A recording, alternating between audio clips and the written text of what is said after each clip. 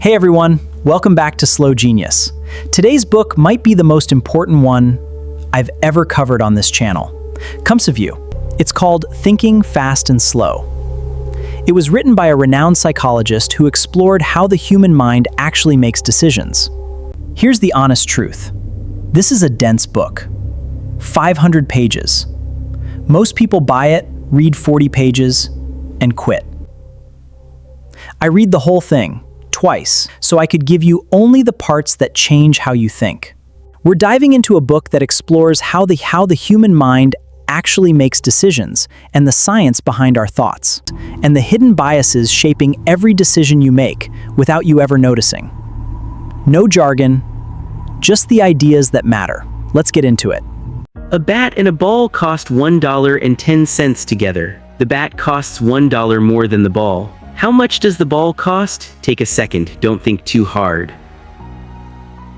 Did you say 10 cents? Almost everyone does, and it's wrong. If the ball were 10 cents, the bat would be $1.10, and together they'd cost $1.20. The ball costs 5 cents.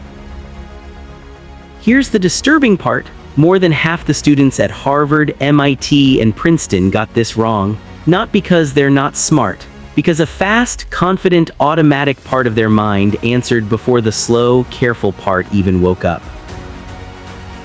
That gap between the mind that answers instantly and the mind that actually checks is what this entire book is about. I'm breaking down Thinking Fast and Slow by Daniel Kahneman, the psychologist who won a Nobel Prize for this work. Let's go. Kahneman describes your mind as two characters. He calls them System 1 and System 2. Understanding these two is the key to understanding almost every decision you've ever made.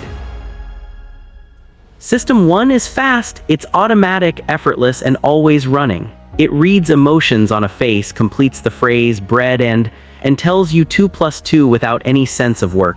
You don't choose to use System 1, it just happens to you. System 2 is slow, it's deliberate, effortful, and lazy.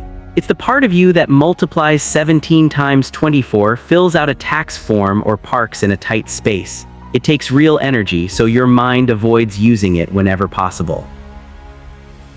Try this. What is 17 times 24? You can feel it. Your mind goes quiet, your pupils actually dilate, you stop walking if you were walking. That physical effort, that's System 2 waking up. The answer, by the way, is 408. Here is the problem at the heart of the book. System 2 thinks it's in charge, it believes it's making your decisions, but most of the time it's just rubber stamping whatever System 1 already decided. Think of System 1 as a brilliant, fast storyteller who is occasionally completely wrong, and System 2 as a tired supervisor who mostly trusts the storyteller and rarely checks the work. System 1 runs your life far more than you realize. It's the secret author of most of your choices and judgments. And when System 1 makes a predictable mistake, you make that mistake without ever knowing it happened. That's why smart people fail the bat and ball question. Their System 1 shouted 10 cents, and their System 2 was too lazy to verify. Intelligence doesn't protect you, only attention does. Now let's look at how easily System 1 is influenced, starting with cognitive ease. When information is easy to process, clear font, simple words, things you've seen before, your mind relaxes and it feels true. When it's hard to process, you become alert and analytical. Ease itself feels like truth. This leads to a strange power called priming. The things you see and hear secretly activate related ideas in your mind and change your behavior without your awareness. In one famous experiment, students were given word puzzles. One group's puzzles contained words associated with old age, Florida, forgetful, wrinkle, gray. After finishing, those students walked down the hallway noticeably slower than everyone else. The words about age had primed them to act old. And it works in reverse. When researchers asked people to walk slowly around a room, those people became faster at recognizing words related to old age. The body primes the mind and the mind primes the body. It's a two-way street you never see. Even money changes you. People primed with images or words about money became more selfish, more independent, less willing to help others, and preferred to work and play alone. They had no idea anything had influenced them. There's also the mere exposure effect. The more often you encounter something, a word, a face, a product, the more you like it and the more true it feels. Repetition creates comfort, and comfort feels like truth. This is why a lie repeated often enough starts to feel real. Your system one can't tell the difference between something true and something merely familiar. The uncomfortable conclusion is this: you are influenced far more than you think by forces you can't see, and your sense of having decided freely is often an illusion system one hands you after the fact. Now the most powerful trap of all, anchoring. Anchoring is when a random number lodges in your mind and silently shapes your estimate of something completely unrelated, and it works even when you know it's happening. Kahneman ran an experiment with a wheel of fortune rigged to stop on either 10 or 65. People spun it, saw the number, then were asked, what percentage of African countries are in the United Nations? People who saw 65 guessed about 45%. People who saw 10 guessed about 25%. A meaningless random number moved their answer dramatically. This isn't a laboratory curiosity. Real estate agents shown a house with a high listing price valued it higher, even though they swore the listing price didn't affect their professional judgment. It did, every time. It's why stores write limit 12 per customer. That number 12 becomes an anchor, and people buy more than they would have with no limit at all. It's why the first number in any negotiation matters so much.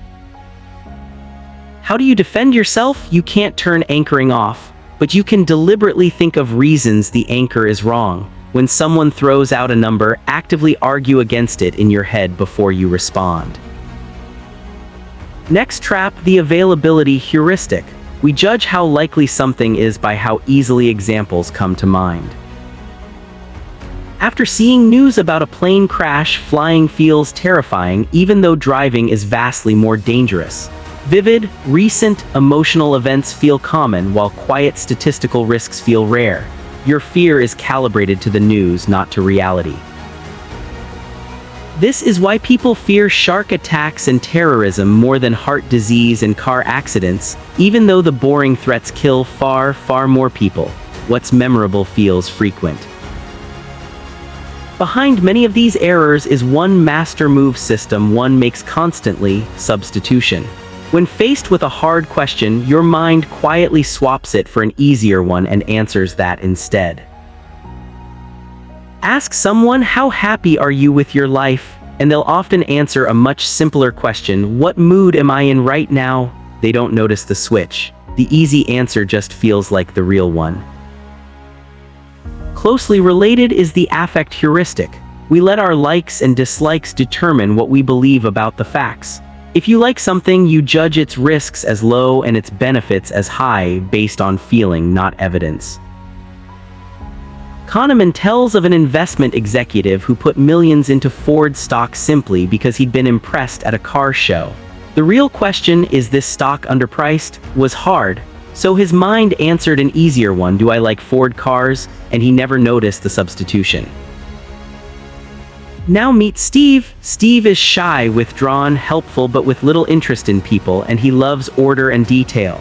Is Steve more likely to be a librarian or a farmer? Most people say librarian because Steve matches the stereotype, but they forget one crucial fact: there are far more male farmers than male librarians. The base rate overwhelms the resemblance. System 1 sees the matching profile and ignores the statistics entirely.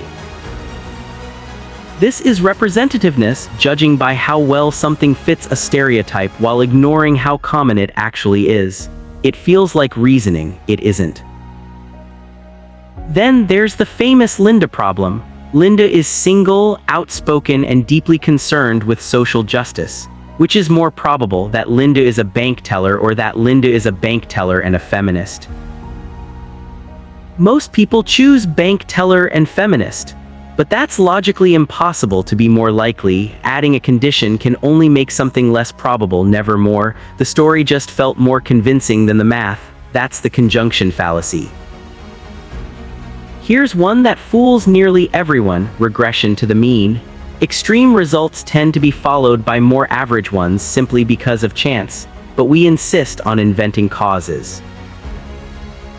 A flight instructor noticed that when he praised a pilot for a great landing, the next one was worse, and when he screamed at a pilot for a bad landing, the next was better. He concluded criticism works and praise backfires. He was wrong. An exceptional landing is naturally followed by a more average one, no matter what he said. Chance was the only cause. This is the deep flaw the book exposes. System 1 cannot tolerate randomness. It builds a causal story for everything, even when the truth is simply luck.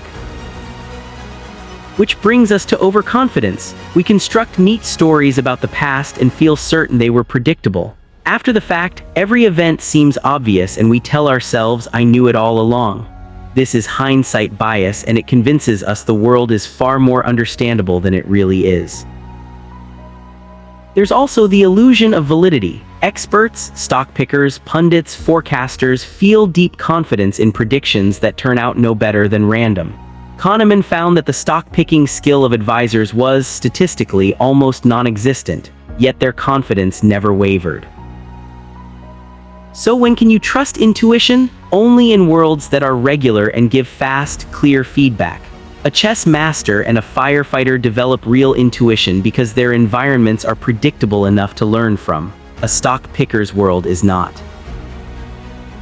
A fire commander once ordered his men out of a building for no reason he could name, seconds before the floor collapsed. That was real expertise, years of pattern recognition surfacing as a feeling. But that only works where the patterns are real. And then there's the planning fallacy. We chronically underestimate how long things will take and how much they'll cost because we imagine the smooth, ideal path and ignore everything that could go wrong. It's why nearly every renovation project and plan runs over. Now the work that won the Nobel Prize, prospect theory, and how we really make decisions about risk. The key insight: we don't think about wealth in total amounts. We think in changes, gains, and losses from wherever we happen to be standing right now. The same amount of money can feel like a win or a loss depending entirely on your reference point. And here's the crucial asymmetry: loss aversion. Losses hurt about twice as much as equivalent gains feel good.